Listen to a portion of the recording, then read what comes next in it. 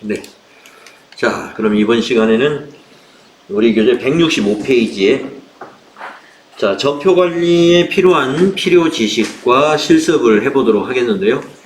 필요 지식에 있는 내용은 우리가 이론할 때 이미 정리한 내용입니다. 그래서 회계상 거래를 구분할 수 있어야 되겠는데요. 여러분, 회계상 거래를 어떻게 구분해야 되느냐?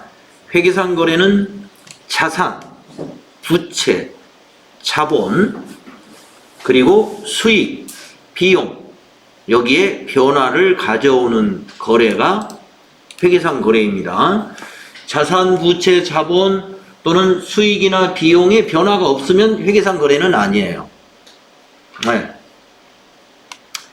그래서 회계상 거래와 일상생활에서의 거래라는 부분이 있는데, 뭘 정리했냐면 일상생활에서는 거래이지만 회계에서는 거래가 아닌 경우도 있다. 예를 들면 상품 매매 계약, 종업원의 채용 계약, 건물의 임대차 계약, 부동산의 담보 설정, 이런 것은 우리가 일상에서는 이걸 거래라고 하는지 모르지만 회계에서는 자산부채 자본과 수익 비용이 발생하지 않는 한 그냥 구두로 하거나 그냥 서약만 하는 것들은 회계상 거래가 아니라는 얘기죠. 그리고 또 회계에서는 거래이지만 일상생활에서는 거래라고 보지 않는 것들도 있다는 거죠.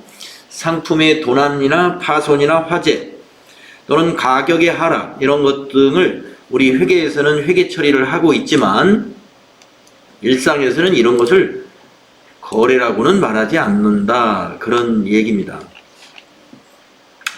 그래서 회계 처리를 할 때는 우리가 분계를 하게 되는데, 그 분계라는 것은 거래, 즉 거래를 기록하는 것이 분계인데, 거래를 기록할 때는 결합관계가 차변요소, 대변요소로 서로 차변요소와 대변요소가 반드시 결합함으로써 거래가 성립된다는 거예요. 그래서 자산이 증가했으면 대변에 올 수 있는 것은 자산 감소이거나 부채 증가이거나 자본이 증가이거나 수익이 발생한 것이다, 이런 얘기입니다. 그리고 부채 감소도 마찬가지. 부채가 감소했다면 자산이 감소했던지 다른 부채가 증가했던지 자본이 증가했던지 또는 수익이 발생하면서 그것으로 빚을 갚아서 부채가 감소했던지, 이러한 관계가 성립되어야 된다. 이게 차변요소 4개와 대변요소 4개를 우리는 거래의 8요소라고 한다는 거죠. 네. 그래서 우리가 이 거래의 8요소는 암기하는 걸 넘어서 이 관계를 잘 이해해 줘야 돼요. 네. 차변요소 4개 당연히 암기해야죠. 대변요소 4개 당연히 암기해야 됩니다. 그러나 이건 시험 보기에서 암기하는 것이 아니라 우리가 바로 지금 전표, 우리 전산회계의 핵심은 전표 입력에 있습니다. 전표 입력을 올바르게 하면 전산회계 잘 하는 것이고, 전표 입력을 올바르게 할 줄 모르면 전산회계 못하는 거거든요. 그것은 바로 뭐냐? 바로 이 거래의 결합관계, 거래의 8요소를 여러분이 잘 이해해야 된다는 것입니다. 이것은 우리가 요 자체만 암기해서 되느냐? 여기에 더불어서 여러분, 우리는 개정 과목을 그동안 공부했단 말이죠. 개정 과목들을 자산, 부채, 자본, 수익, 비용 이렇게 나눠가지고 쭉 공부해왔죠. 예, 그래서 그 개정 과목들을 그 구분과 분류에 맞게끔 그룹핑해서 여러분이 암기에 들어가야 된다. 이미 다 여러분 많이 암기돼 있을 거예요. 예.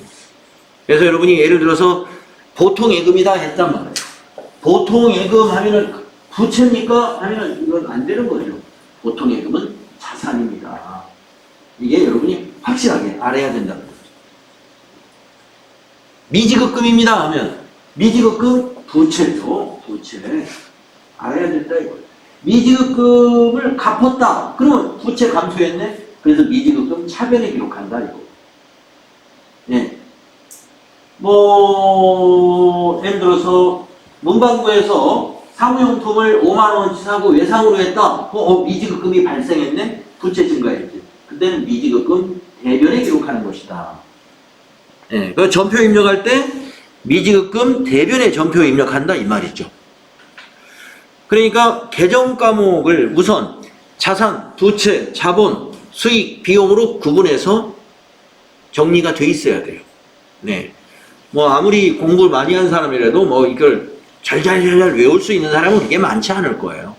많지 않고, 지금 우리 처음 공부할 때는 지금 말씀드린 대로 미지급금 하게 되면, 지금 우리 수준에서는 미지급금 하게 되면, 이건 부채지. 이렇게 생각나면 된다 이겁니다.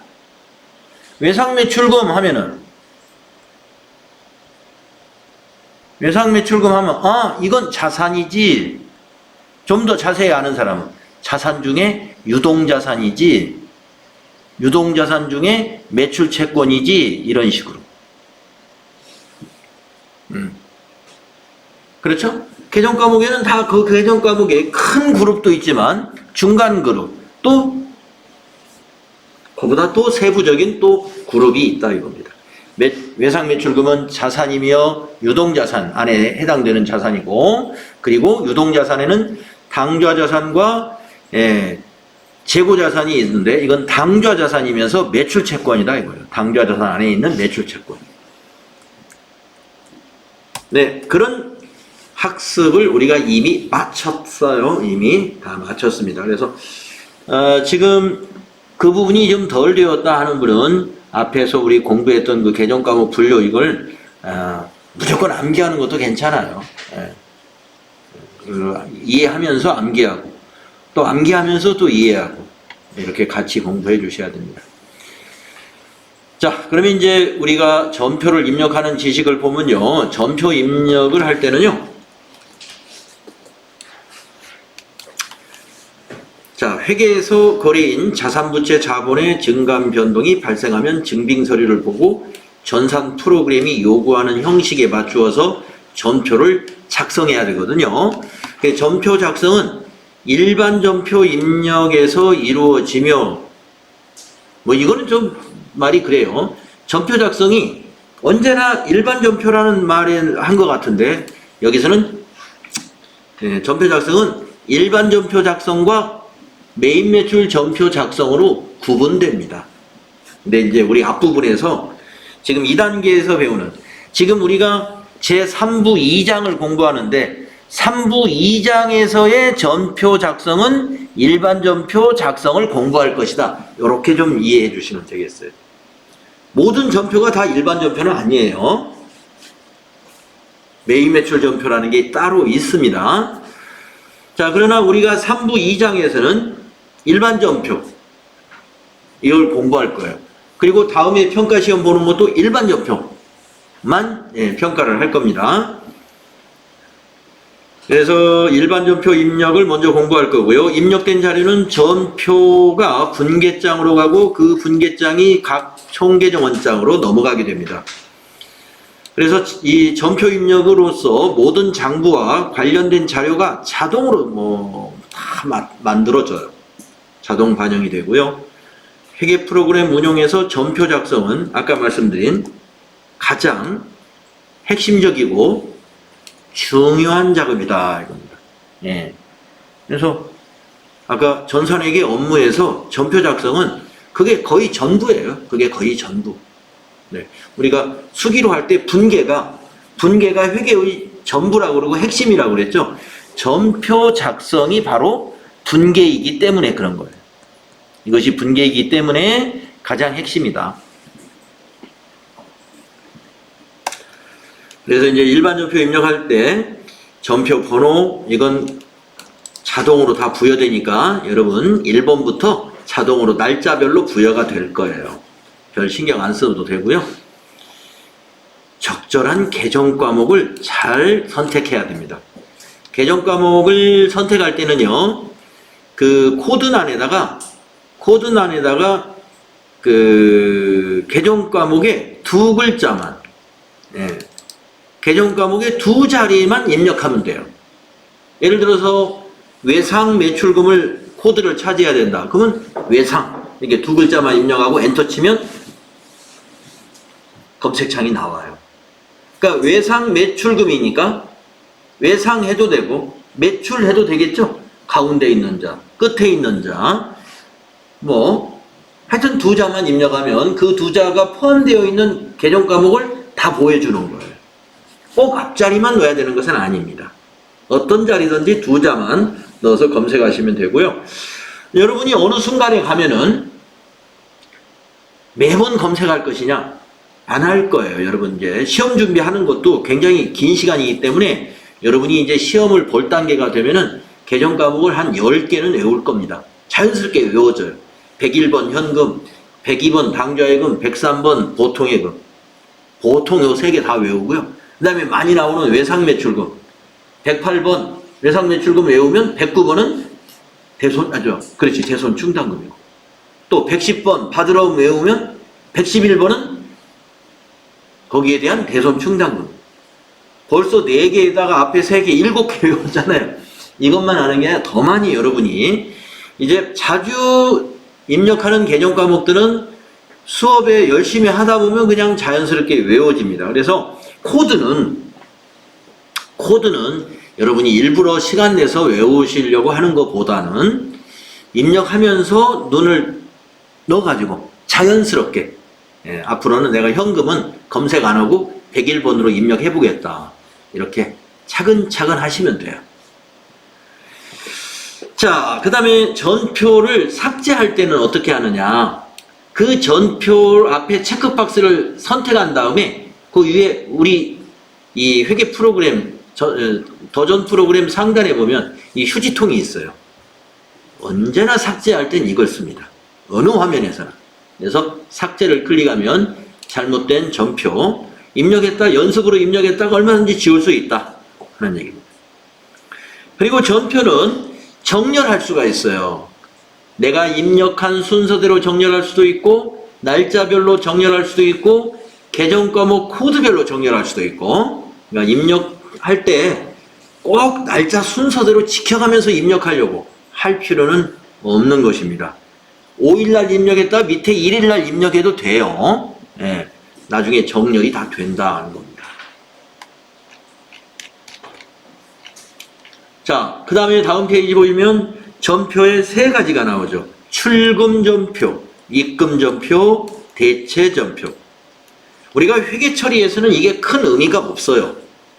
그렇지만 이 출금 전표는 우리가 전표를 입력할 때 구분란에다가 1이라고 입력을 하게 되면은 대변에 현금이 자동 입력돼요.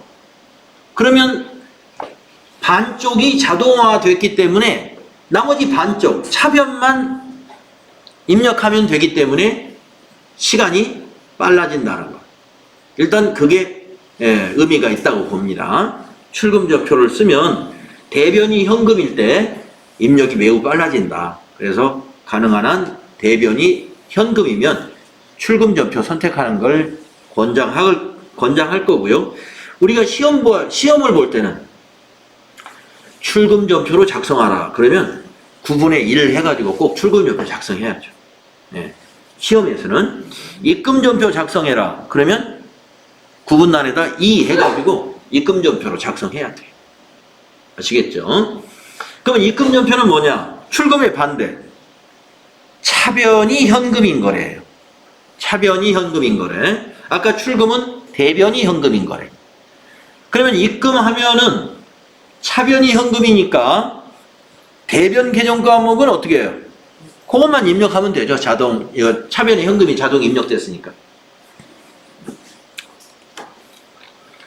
자, 그리고 대체 전표는요, 구분란에다 어떻게 입력하냐면, 구분란에다가 3번, 4번.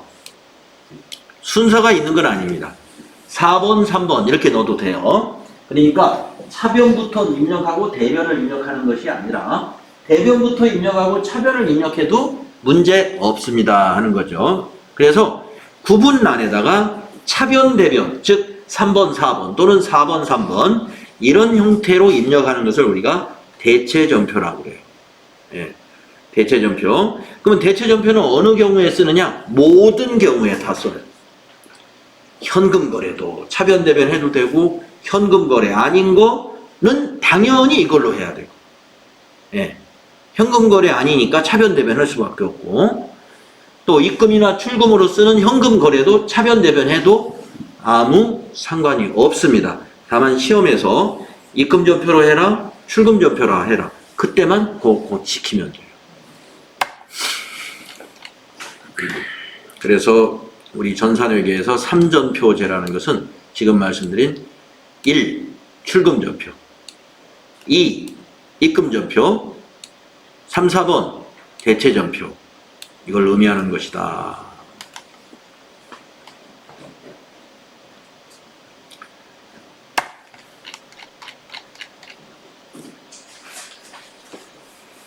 우리가 이제 전표를 입력하시다가요, 신규 거래처를 등록을 동시에 하는 방법이 있는데요. 그거는 우리 신규 거래처를 등록할 때는 원래 전표 입력 화면에서 하는 것보다는 거래처 등록이라는 메뉴에서, 여러분이 어제 거래처 등록 쭉 해봤었죠? 그 메뉴에서 하고 전표 입력하면은 편안하게 할 수 있어요. 그런데 전표를 입력하는 단계에서도 그 화면에서 바로 거래처 등록을 할 수 있는 방법이 있어요. 그때는 이 거래처 코드란에다가, 이게 플러스 키죠? 숫자 키패드 옆에 있는 그걸 눌러서 코드란에 이렇게 자동으로 이렇게 임시 00000이 입력이 되면 거기다가 거래처명을 입력한 다음에 엔터를 누르면 이 화면이 나온다. 예. 그래서 여기다가 제대로 된 원하는 거래처 코드를 입력을 하고, 여기다 거래처 코드를 입력을 하고 여기 수정 단추를 눌러서 나머지 사항을 등록해라, 그런 말인데, 해봐야 알아요. 이거 뭐 지금 읽어봐도 여러분 기억이 하나도 안 날 거예요. 그래서 요건 해볼 거고요. 이거는 그렇게 중요하지 않은 게, 난 전표 입력하면서 거래처 등록하는 거 너무 복잡해 보이더라. 그러면 안 하면 돼요. 안 하고 어디 가서 해요?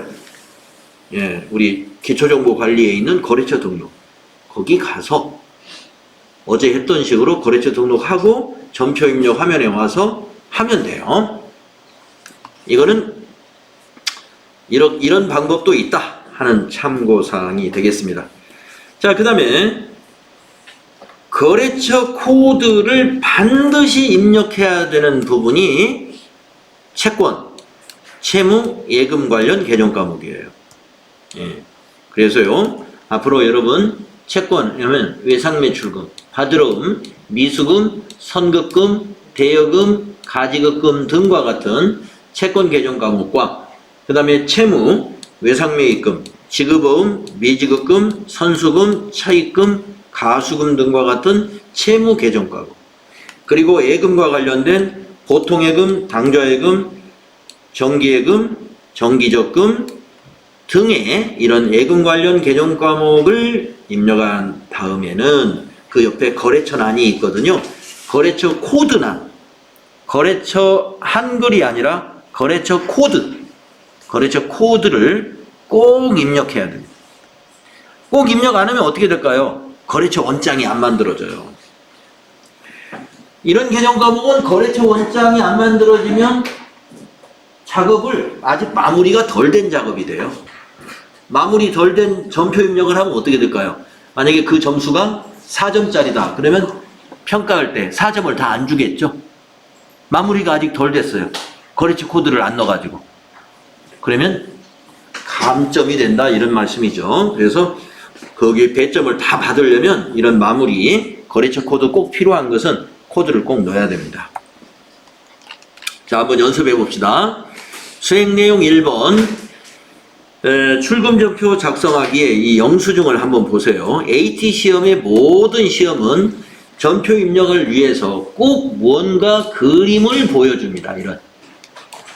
어떤 때는 영수증, 어떤 때는 신용카드 매출전표, 어떤 때는 무슨 초대장, 어떤 통장 거래 내역, 세금, 고지서, 다양한 증빙을 보여줄 거예요. 이 증빙 그림과 함께 설명을 해줍니다. 이 설명은 이것이 무엇이다라는 것을 설명해 주는 거예요.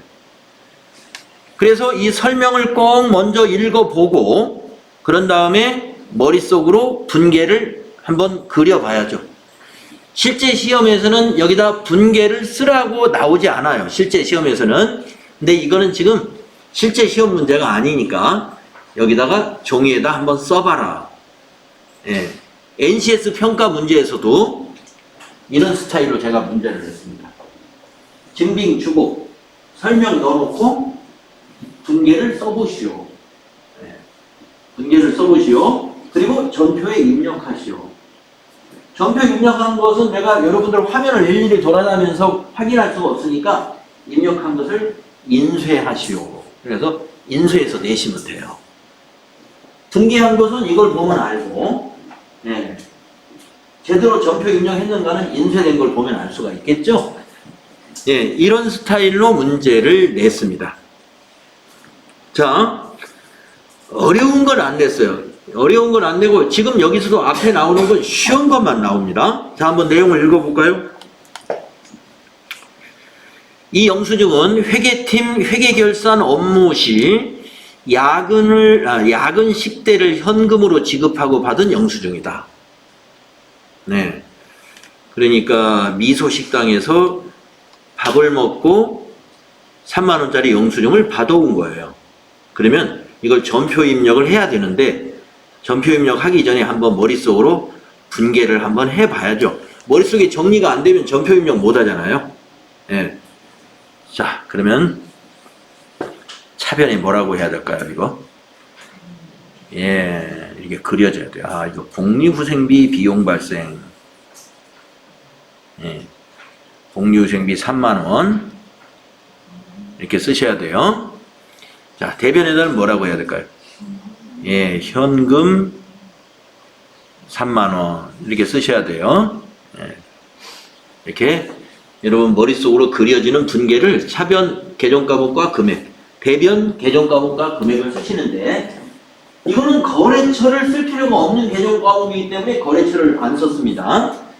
거래처를 쓸 계정과목은 또 거래처까지 써주는 거예요. 자, 그러면 이제 머릿속으로 정리가 됐으니까 이거를 수행 2번 전표 입력은 이제 프로그램에다 해야죠. 자, 아까 3전표제 대변이 현금인 거래는 출금 전표로 쓰면 편하다 그랬죠? 그래서 우리도 출금 전표로 한번 입력을 해보겠습니다. 자, 여기 일반 전표 입력 창을 열어보시면요. 맨 위에 커서가 월에서 깜빡거려요. 이 전표가 몇 월 거냐 하는 건데요. 몇 월 건가요? 1월 거네요. 1월. 자, 그러면 1 하고 엔터 치고요. 1을 여기다 입력하는 방법이 있고 입력을 안 하고 여기다가 1을 입력하는 방법이 있습니다. 자, 여기다 입력할 때는 1 단위로 입력하는 것이고 여기다가 1을 입력하는 방법은 월 단위로 전표를 입력할 때 월만 입력하고 그냥 이걸 엔터로 지나와 버리면 돼요. 그런데 1월 10일이라 오늘 1월 10일 거 하나만 입력할 거야. 그러면 여기다 11일 이렇게 입력하는 것도 좋아요. 시험 볼 때는 여기다 날짜까지 입력하는 것으로 하는 게 좋아요. 왜냐? 제가 모아서 입력하는 걸로 이렇게 수업 시간에 진행을 했더니 시험 보고 오셨는데 몇몇 수험생들이 아유 선생님 저 여기 2번은 날짜가 같은 날이 아니었는데 제가 모르고 그냥 엔터 쳐가지고 날짜를 다 같은 날로 해버렸네요. 시험 망친 거예요. 왜냐하면 날짜가 틀린 것은요 그 문제 틀린 거예요. 거래 날짜가 틀린 것은 감점도 아니고 점수를 전혀 못 받아요. 그래서 지금 오늘만 여기 밑에다가 입력을 할 거고요. 앞으로 내일부터는 저 위에다가 계속 아예 연습을 우리 시험 보시는 분들은 여기다 날짜를 꼭꼭 넣는 방식으로 습관을 들이는 게 좋을 것 같아요. 자, 오늘은 그냥 비워두세요. 엔터. 자, 그러면 밑으로 커서가 내려왔습니다. 자, 이 점수는 11일 거죠? 그러면 여기다 11일을 넣는다 이거예요. 11일. 네, 그러면 9분으로 딱 넘어갑니다. 커져가. 아까 9분 1, 2, 3, 4. 그게 이 9분 단위예요. 밑에 메시지를 보시면은 1이 출금이고 2가 입금이고 3이 차변이고 4가 대변이다. 메시지 보이죠? 자, 이거는 출금으로 하면 된다고 그랬죠? 그러니까 1 하는 거예요. 그러면 어디가 자동 입력됐느냐? 여기가. 대변의 현금, 이건 대변의 현금은 이미 입력되어 있다 이런 뜻이에요. 그러면 여기에 코드는 차변 코드를 넣는 거예요. 차변이 아까 복리후생비였죠? 네. 코드란에다가 복리 두 글자만 입력하는 거예요. 엔터 치면 복리가 4개가 나와요. 복리후생비가. 예, 511번은 제조원가 복리후생비, 611번은 분양원가, 711번은 도급원가, 뭐 이렇게 600번대와 700번대는 건설업계에서 쓰는 거예요. 예, 그래서 600번과 700번대는 우리가 쓰지 않을 거고요. 자, FAT 1급에서는 500번대도 쓸 일이 없습니다. 500번대는 제조업은 500번대에도 해당이 되고 800번대도 쓸 수가 있어요. 제조업은. 그러나 우리는 도소매업이다. 도소매업에서는 비용은 전부 800번대라고 보시면 돼. 자, 그래서 앞으로 우리는 복리후생비는 800번대만 고릅니다. 확인. 엔터 쳐도 되고요. 자, 복리후생비 거래처 한번 넣어보겠는데 원래는 시험만 대비할 때는 이거 거래처 안 넣어도 돼요. 왜냐? 아까 문제에서 채권, 채무, 예금 이것만 거래처 꼭 넣으라고 그랬죠. 그러나 이건 시험이 아니라 실무라고 한다면 거래처 넣어서 나쁠 게 없습니다. 거래처별 관리는 안 되지만 전표에서 이 전표가 어디 식당 것인지는 메모해둘 필요가 있죠. 그래서 여기다가 아마 코드란에 미소하면 안 나타날 거예요. 왜냐하면 거래처 등록 안 한 거래처이기 때문에. 그래서 여기 코드란은 숫자를 넣는 곳이고 여기는 이제 그냥 코드 없이 참고사항으로 넣어주는 겁니다. 거기다가 미소식당 이렇게 타자해두면 돼요. 자, 밑에 적요 중에 직원 식대 및 차대 지급 2번 적요 적당하네요. 2하고 엔터. 적요 코드에다 2를 넣는 거예요. 이 좁은 칸이 코드 칸이에요. 그리고 차변에다 금액을 입력합니다. 30 플러스. 네, 그러면 입력 끝났어요. 밑에. 밑에 다시 위에 걸 클릭해 보시고 위에 걸 지금 제가 엔터를 쳐버렸더니 분계 내용이 안 보이는데 윗줄을 클릭해 보시면 밑에 분계 내용이 여기 차변의 복리후생비, 대변의 현금 이렇게 보이죠? 이 금액 클릭하면 엔터 치면 그 다음 줄로 내려왔기 때문에 안 보이네요. 잘 따라 하셨나요? 그러면 지금 현금 원장과 복리후생비 원장에 이게 다 기록이 됐어요. 이것이 손익계산서까지 다 가 있어요. 재무상태표에도 가 있어요. 현금이 재무상태표에 있으니까 그걸로도 가요. 또 복리후생비는 손익계산서로 가는 거니까 그쪽으로 다 관련 개정 과목에 모두 반영이 됐습니다. 관련 장부에.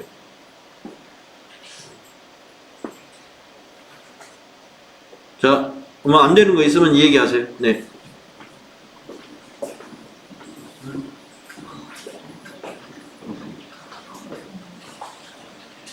적요 2번. 그래서 이 숫자를 넣으세요.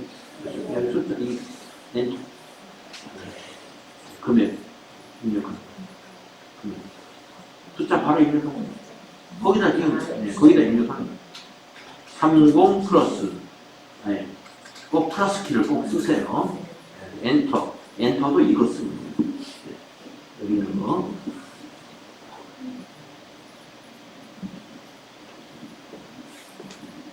자, 지금 현금과 복류생비 변동이 생겨서 입력했고요. 그 다음 거 보겠습니다. 2번. 자, 두 번째 증빙이 이런 현금 영수증이네요. 설명을 읽어보면은요. 관리부의 업무용 승용차에 주유를 하고 주유대금을 현금으로 지급하고 받은 현금 영수증이래요. 같은 1월 달이고 날짜는 12일이고 자, 현금 지급했으니까 대변의 현금이죠. 그러면 출금전표 쓰면 되겠죠? 현금 28,000원. 차변은 뭐가 될까요? 네, 기름을 넣었어요. 차에다가. 그러니까 차량 유지비 잘 하시네요. 차량 유지비. 맞습니다. 차량 유지비 28,000원. 이것도 거래처를 꼭 써야 되는 개념 과목이 아니니까 분계 써라 하면 이렇게만 쓰면 돼요. 차변의 차량 유지비 28,000원, 대변의 현금 28,000원. 여기서 한 가지 또 힌트는 뭐냐면 요 부가세. 영수증에 부가세가 있는데 왜 부가세 분계를 안 하지? 부가세 분계를 할 수가 없습니다. 이거는. 우리가 기름을 사면서 부가세 2,545원을 지금 우리 회사가 부담을 했잖아요. 그러면 여러분들 부가가치세법 공부할 때 매입세액을 공제받을 수 있다고 그랬으면 매입세액을 공제받으려면 이거에 대한 분계를 해놔야 돼요. 안 하죠. 안 한다는 건 뭐예요? 이거 공제 안 받겠다라는 거예요. 받을 수 있는데 안 받는 회사는 없겠죠? 받을 수 없으니까 안 받는 거예요. 왜 못 받느냐? 여러분들 우리 부가가치세 이론할 때 승용차와 관련된 취득 관련된 거, 유지 관련된 거, 임차 관련되는 거, 매입세 공제 받을 수 없는 내용이다 배웠죠? 승용차 관련된 거. 그렇기 때문에 이건 받을 수 없어서 이건 아예 분계를 반영하지 않는 거고요. 이게 만약에 매입세액을 공제 받을 수 있는 건이다 그러면 일반 전표 입력사항이 아니에요. 매입 매출 전표에다 입력을 해야 돼. 그래서 이제 매입세 공제 받을 수 있는 건들이 나중에 부가가치세 단원에서 매입 매출 전표에 입력하는 경우에 그런 사례로 나올 거예요. 그러니까 지금 이 앞에 나온 사례는 부가가치세가 있더라도 왜 우리가 일반 전표에 넣어야 되는가를 한 번씩 생각해 보면서 하면 돼요. 이거는 승용차 기름이기 때문에 매입세 공제 못 받기 때문이다. 만약에 상품 운반용 화물차에 기름을 넣었다. 그렇다면 이거 공제 받아야 돼요. 그러면 일반 전표 입력사항이 아닙니다. 매입 매출 전표에 넣어줘야 됩니다. 입력을. 자, 그래서 이 승용차 건이기 때문이다. 그래서 이거 부가세 무시해버리고 모두 다 비용 처리해버리는 거예요. 공제 받는다면 회사에 비용 처리해서는 안 되죠. 자, 그러면은 분계 정리됐고요. 그것을 2번, 수행 2번, 전표 입력 수행하시오. 자, 전표 입력 한번 해볼까요? 날짜는 12일입니다. 아까 거기 밑에 날짜 넣는 데다가 12. 그리고 이것도 출금 1번. 9번에다 1번. 대변의 현금일 때는 출금이 입력을 빠르게 할 수 있는 선택이죠. 차변의 개정 과목은 차량하고 엔터 치면은 차량 유지비가 4가지가 나오는데 맨 끝에 822번 써야 됩니다. 822에다 놓고 엔터. 네, 우리가 이 프로그램에서 엔터 참 많이 쓰죠. 문자를 입력하다가 엔터는 이걸 쓰겠습니다만은 숫자를 입력하다가 엔터는 이거 씁니다. 이쪽으로 와서 누를 필요가 없죠. 여기 가까운 거 이거 쓰시면 돼요. 자, 차량 유지비 거래처가 이 기름 거래처 주유소가 SK 성동주유소네. 코드란에다가 영문으로 SK 한번 넣어서 없네요. 만약에 거래처 등록이 돼 있는 거다 그러면 코드란에 SK나 아니면 성동 넣으면 딱 검색이 돼야 돼요. 없다는 거예요. 그러나 이건 비용이기 때문에 꼭 코드로 넣을 필요까지는 없습니다. 그래서 여기다가 그냥 써주세요. SK 성동 주유소 입력해 주시고, 자 엔터 치고 적용 코드란에서 밑에서 골라보면 유류대 지급 1번 있죠? 1 엔터 하면은 넘어갑니다. 커서가 다음 입력 항목으로 자동으로 딱 넘어가요. 네. 거기다가 이제 금액만 넣어주면 돼. 차변 그 자리에다가 2만 8,000원 28 플러스 동그라미 3개, 콤마 뒤에 있는 3개, 000 이렇게 연습하면 안 돼요. 플러스 그리고 엔터 이렇게 하면 두 번째 전표 끝났습니다. 두 번째 전표. 그러면 이번에 현금 하나 생겼고 비용에 차량 유지비 하나. 그래서 차량 유지비 원장하고 현금 원장에 반영이 됐을 것이고, 현금은 재무상태표로 갔을 것이고 차량 유지비는 손익계산서로 갔겠죠. 예, 조금 이따 한번 우리 조회해 볼 거예요. 그 다음 세 번째, 하나 더 있습니다. 아까 문제에 수행 3이라는 게 있었어요. 네. 우리가 이 차량 유지비는 업무용 승용차의 관리 항목으로 우리가 만들어 놓은 게 있거든요. 예, 64보에 246 차량으로 관리를 해줘야 돼요. 그래서 추가적인 작업을 하는데, 전표를 입력하고 거기에 대한 추가적인 작업을 할 때는요, 해당되는 계정 과목을 선택한 다음에 F3이라는 키를 누르게 돼 있어요. F3. 그러면은 해당되는 계정 과목이 뭐냐면 차량 유지비잖아요. 이 차량 유지비 선택하고서 여러분 기능 키 중에 F1, F2, F3 여기 있죠? F3 밑에 뭐가 나타납니다. 메인 매출 전표에서는 이 추가 정보가 가운데 나타나요. 팝업 창으로. 일반 전표에서는 아래쪽에 나타납니다. 자, 업무용 승용차 관리. 승용차 코드 넣으라고 그러죠? 여기서 F2 또는 더블 클릭을 합니다. F2 키를 누르거나 더블 클릭하면은 업무용 승용차로 등록했던 차 번호가 쫘르륵 나오게 돼 있어요. 근데 이제 업무용 승용차를 우리가 어제 하나만 등록했거든요. 한 대만. 그러니까 한 대밖에 안 나오겠죠. 차 번호 맞죠? 확인해주면 돼요. 확인. 그 다음에 구분의 목록 단추를 눌러보면 이 차에 무슨 비용이냐, 유류비냐, 보험료냐 이런 걸 선택할 수가 있어요. 유류비죠? 1번 그대로 두시고 엔터로 마무리하시면 적용란에 이와 같이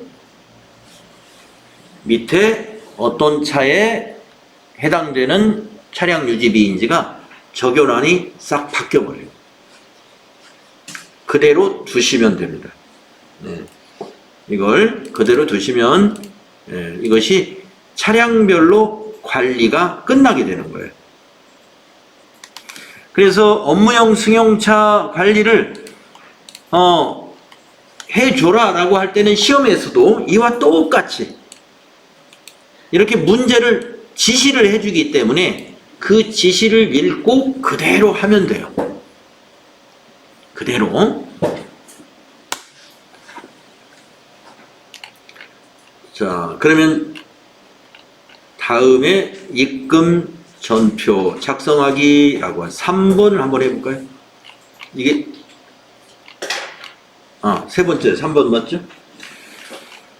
자, 이것도 입금표라고 하는 증빙을 하나 보여주고요. 그렇죠? 그리고 오른쪽에 설명을 보니까 상품 매출에 대한 외상 매출금을 현금으로 받고 입금표를 발행했다. 이 거래 내용을 잘 이해를 해야 됩니다. 그렇죠? 예, 이걸 이해를 못하면 분계 자체가 안 돼요. 할 수가 없죠. 자, 어떤 이해를 해야 되냐? 외상 매출금을 현금으로 받은 거예요. 그러면 여기서 계정 과목이 두 개가 일단 보이잖아요. 현금과 외상 매출금. 그렇죠? 자, 현금이 어디로 가야 될까요? 네, 차변에 와야죠. 현금 금액은 220만 원. 220만 원. 대변은 뭘까요? 네, 외상 매출금. 이렇게 분계가 가능해야 돼요. 220만 원. 자, 근데 외상 매출금은 거래처가 반드시 필요한 거예요. 그래서 외상 매출금 옆에 가로 열고 어느 거래처 외상 매출금이냐? 코디나라. 그래서 코디나라라고 써줘야 됩니다. 분계 쓰실 때. 전표 입력할 때는 코드란에다가 코디나라를 검색해가지고 꼭 코드로 넣어야 돼요. 전표 입력하실 때는. 자, 외상매출금을 회수하는 거였는데, 외상매출금을 회수하면 대변에서 외상매출금이라는 자산이 감소하고 차변에는 현금이라고 하는 자산이 증가하는 거죠. 그렇죠? 네. 자, 그러면 전표 입력 한번 해보겠습니다. 자, 이거는 입금, 차변이 현금이니까 입금전표를 쓰라. 여기 입금전표 작성하기라고 지시를 했으니까 입금전표를 한번 해볼까요?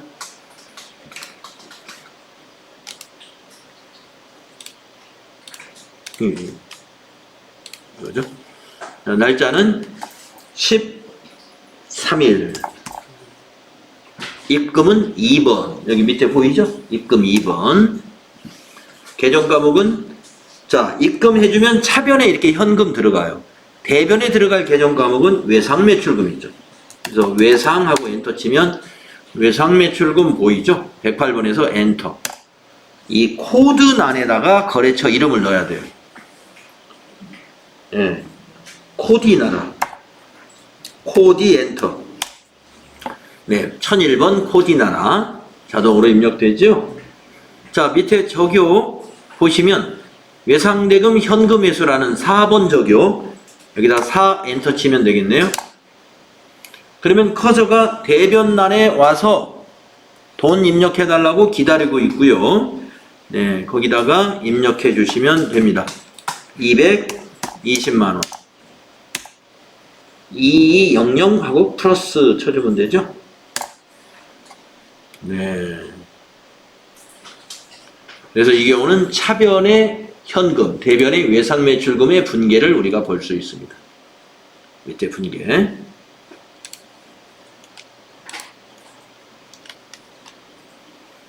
좀 익숙해지셨죠?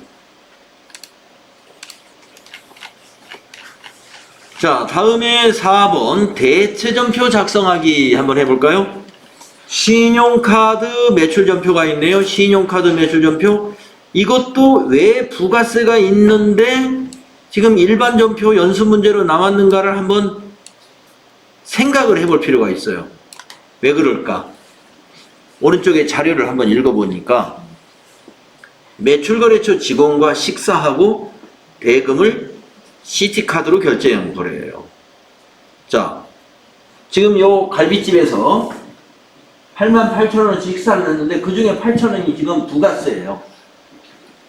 그러면 이거 매입세 공제를 받으려면 메인 매출 전표에 넣어야 되거든요. 근데 오늘 이거 우리 일반 전표에 입력하라고 지금 문제가, 연습 문제가 나왔는데 이유가 뭘까요?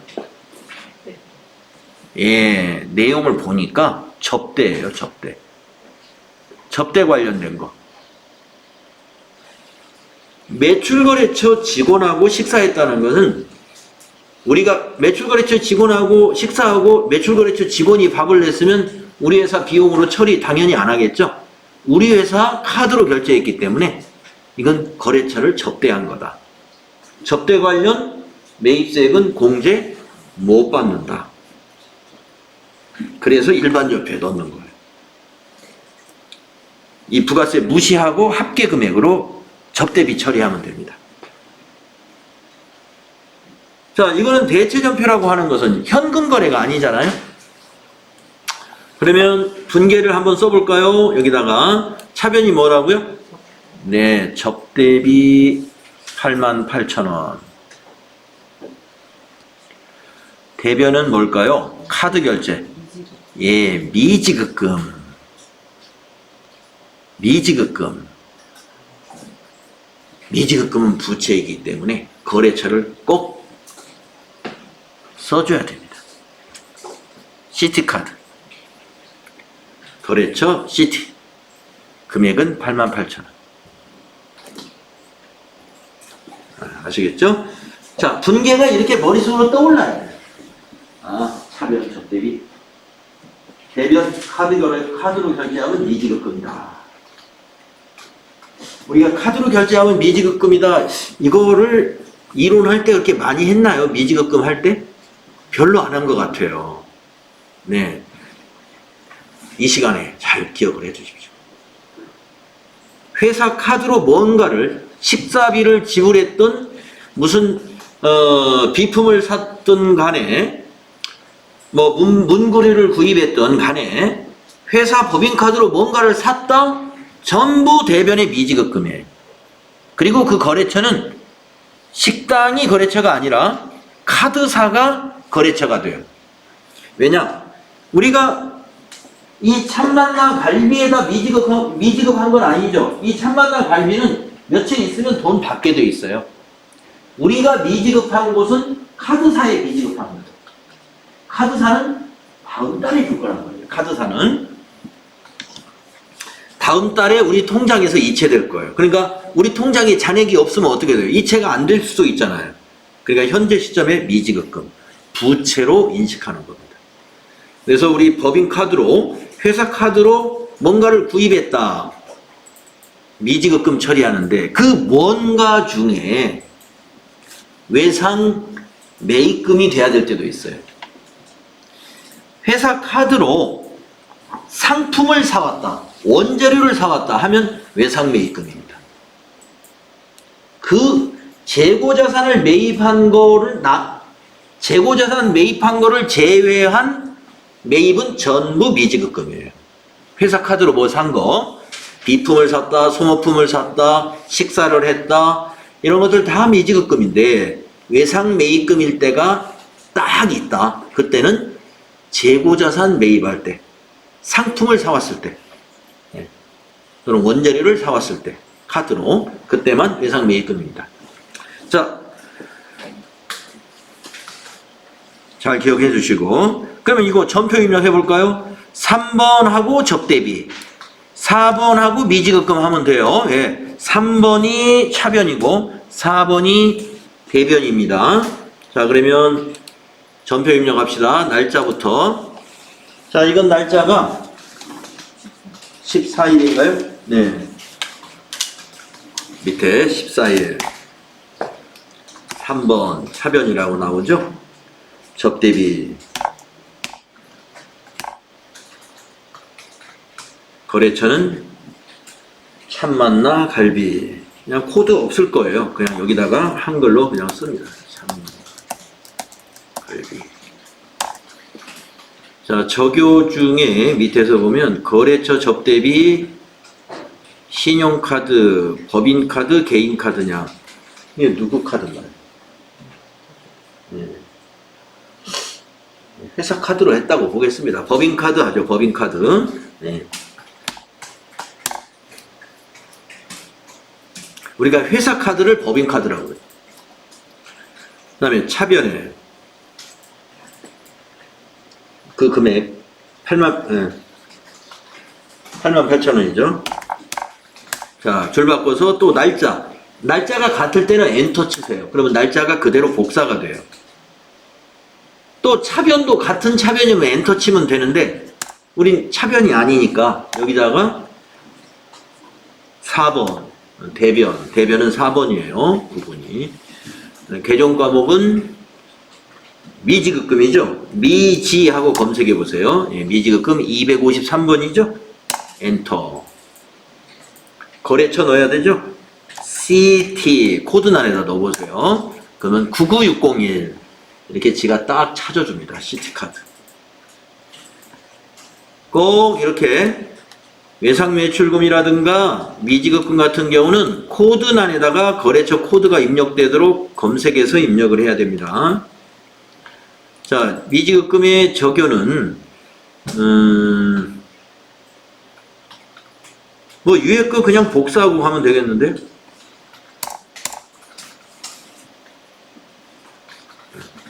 엔터로 지나가면 위에 텍스트는 코드는 복사가 안 돼요.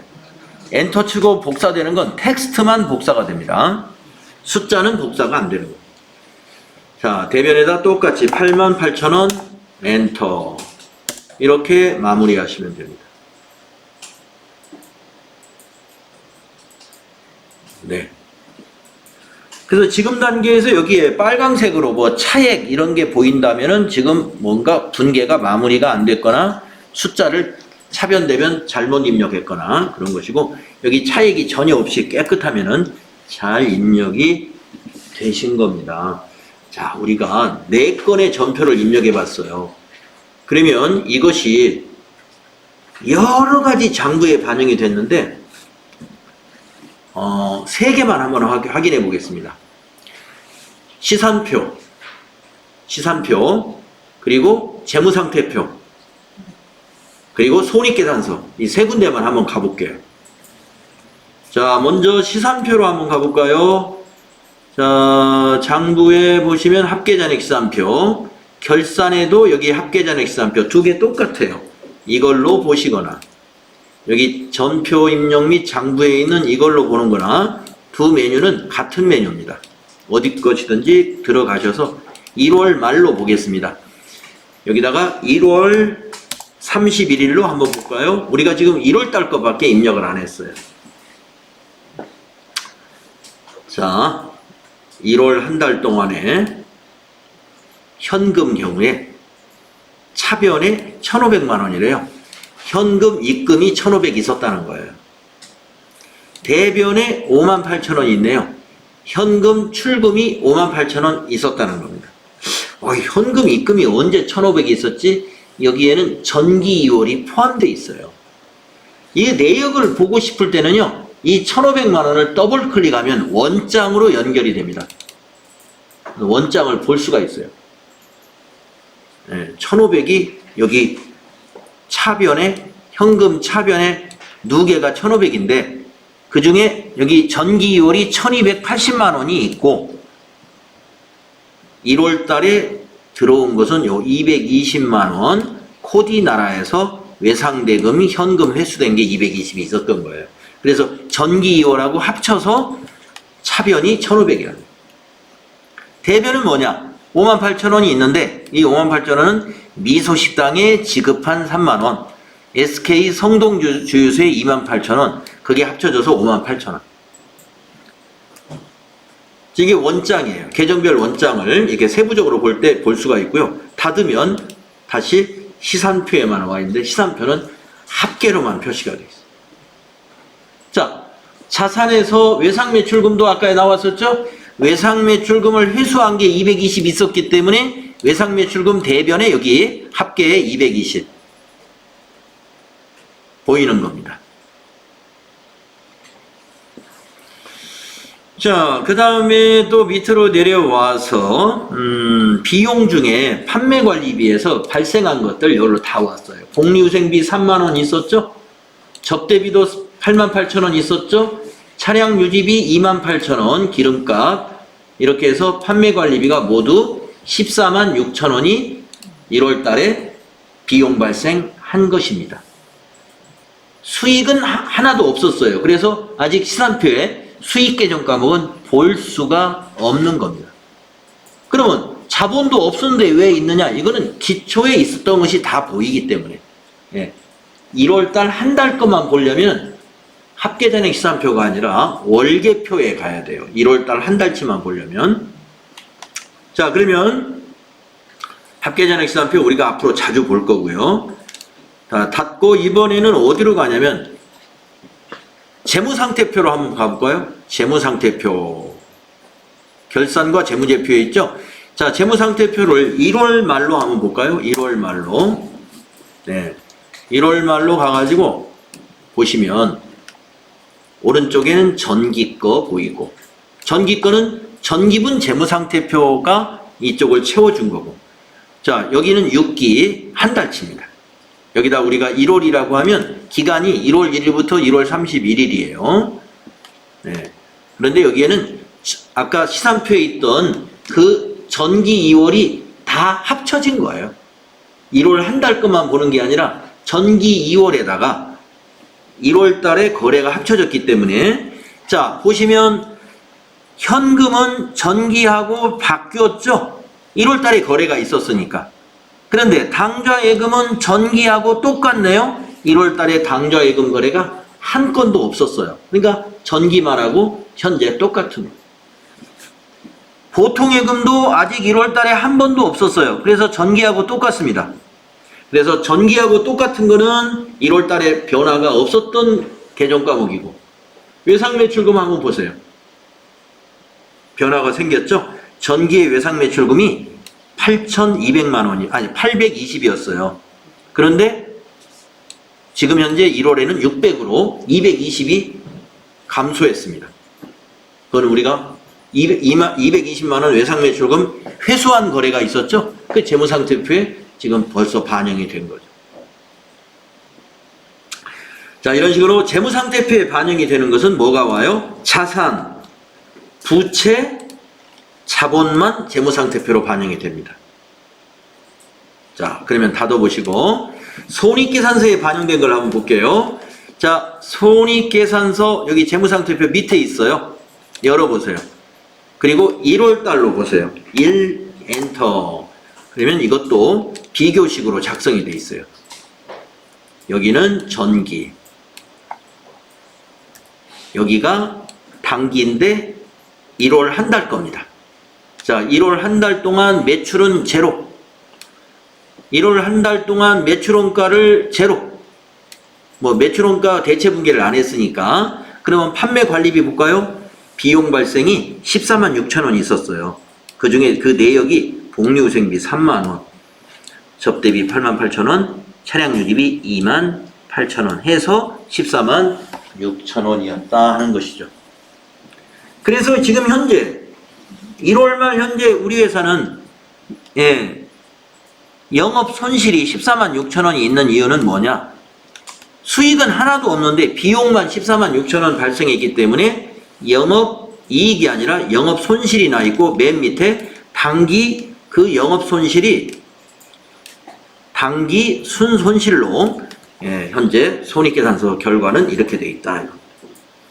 우리가 전표를 입력하면은요, 입력하는 즉시 손익계산서까지 다 자동으로 반영되고 있다. 이런 얘기입니다. 그래서 우리가 회계 처음에 배울 때 회계의 순환 과정을 제가 여러분하고 종이로 해본 것이 뭐냐면, 아니 어떻게 이게 반영이 되느냐, 그 반영이 되는 그 프로세스를 이해하려면은 그 수기로 종이에다가 한번 해봐야 된다 이거죠. 그러한 원리에 의해서 이렇게 반영이 되는 거예요. 그러니까 이 프로그래밍을 짜는 사람은 어떻게 이걸 짰겠어요? 그 반영되는 원리를 그대로 그 흐름을 프로그래밍으로 구현한 것이죠. 네. 이게 전산회계 프로그램이라는 거예요. 그러니까 원리를 아셔야 돼요. 그리고 그 원리를 알아야만이 여러분들이 이런 걸 보면서 내가 전표 입력한 거에 어떤 부분을 잘못했기 때문에 여기에 잘못 나타났구나 하는 것을 역으로 수정할 수도 있는 거죠. 여기에 왜 이게 반영됐지? 무슨 전표를 바꿔야 되는 거야? 이걸 역으로 수정할 수가 없다 이거죠. 어떤 자료가 일로 왔는지를 알아야 되기 때문에 그런 것이다. 그래서 우리가 입력하는 우리 전산 회계에서는 뭐가 핵심이냐? 많은 부분이 자동화되어 있기 때문에 바로 이 부분이 핵심인 것이다라고 말할 수 있다는 거죠. 이 일반 전표 입력과 메인 매출 전표 입력을 정확히만 할 수 있으면 상당히 많은 부분이 다 프로그래밍으로 자동 완성된다. 이게 핵심이다. 전표 관리가 핵심이다. 자, 그러면은 이제 어때요? 여러분 지금 조회한 거하고 똑같죠? 네. 그 밑에 수행 결과는 우리가 입력한 것을 설명한 것이니까요. 쭉 한번 훑어보시면 됩니다. 그 그대로 입력했었구나. 자, 10분간 쉬었다가 다음 시간에 제3절 여기에서도 계속 점초 입력을 해보는 것입니다. 15분까지 쉬었다 하겠습니다.